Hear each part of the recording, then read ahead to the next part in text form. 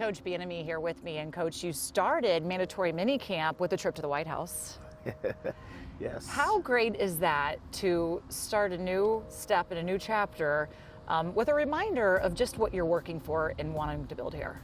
You know what? It was a great experience. And originally, I was not going to attend, not being negative or anything, but my mother and my wife, they shamed me into going.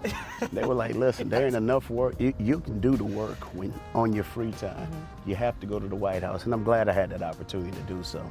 Just to share that experience with some very good family and close members that I've gotten to know over the past 10 years, and just having that experience of being in the White House. Not everyone can say that, so. Not at all. It was a great experience. It's the ultimate goal.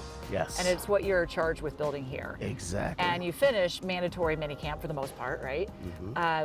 And your wife said in your free time. I have a feeling you don't have much free time at all. But you go into minicamp wanting to accomplish a few things. How do you feel you were with where you want to be after that? You know what, I think our guys have made tremendous strides. First of all, they've done a great job of embracing the process. And it's been tough on them because they're being presented a different challenge. On top of that, we're trying to build a culture of responsibility and accountability. These guys are doing things that they really have never been demanded from them. And I want them to have a complete understanding that, hey, if we work at it and we take away the selfishness, not that everybody's selfish, it's an unintentional habit sometimes, but if we take away that selfishness, we can gain a lot together. And so we're learning about that. We're playing faster, okay? I can see the improvement. Now, are we where we need to be? No, we still got a long ways to go. It's early. And obviously we still got training camp, and there's a lot more to embrace and a lot more to accomplish. But right now, I'm happy, I'm excited, I'm fired up about these guys.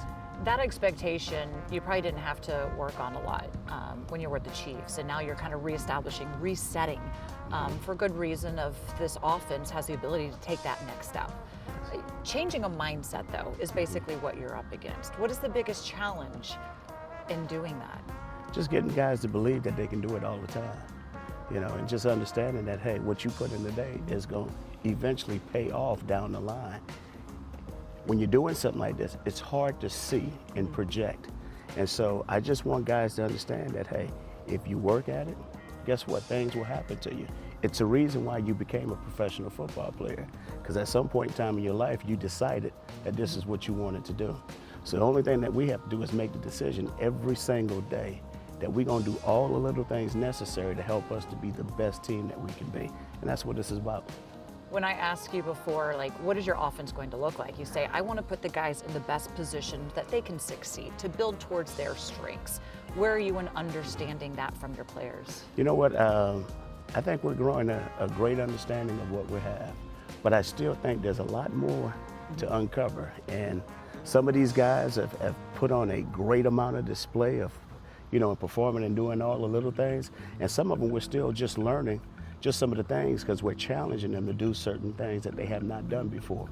So I'm feeling pretty good, but there's still a lot to accomplish and a lot to do, but we're in a good place right now. Is there a moment, because when we watch you at camp, we hear you more than anything, like your voice is very prevalent.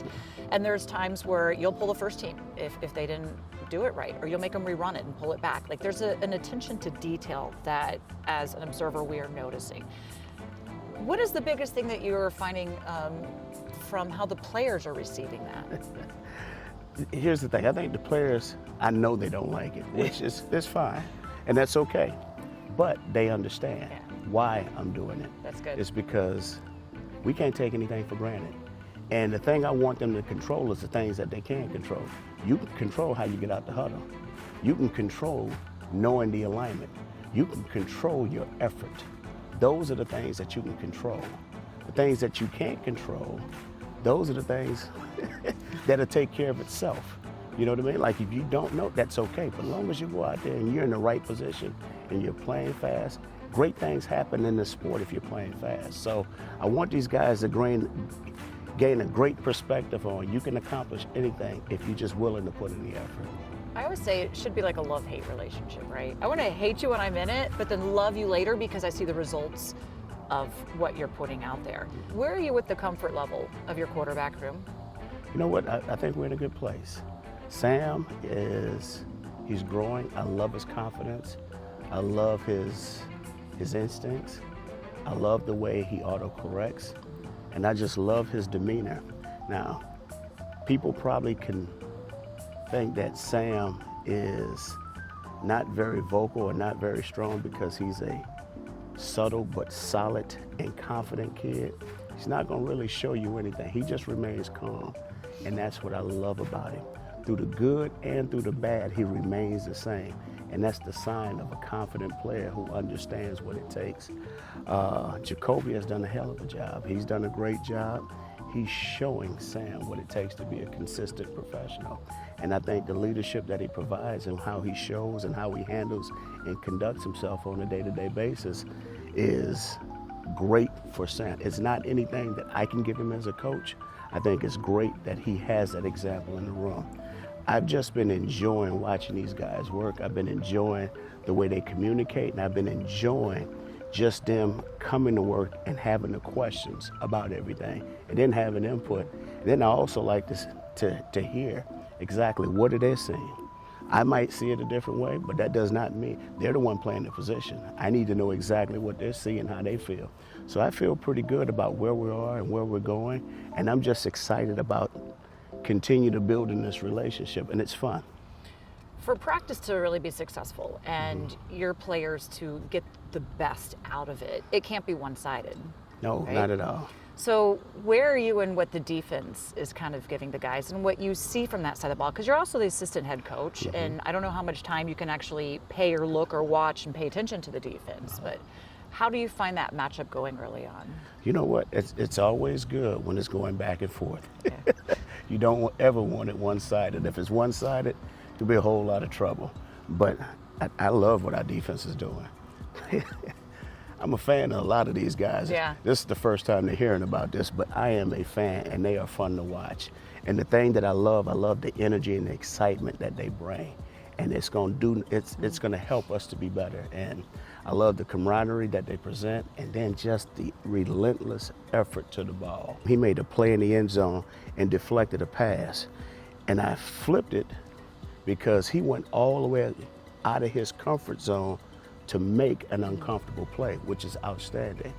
And vice versa, I presented to the player, our offensive player, what's keeping you from doing the same thing?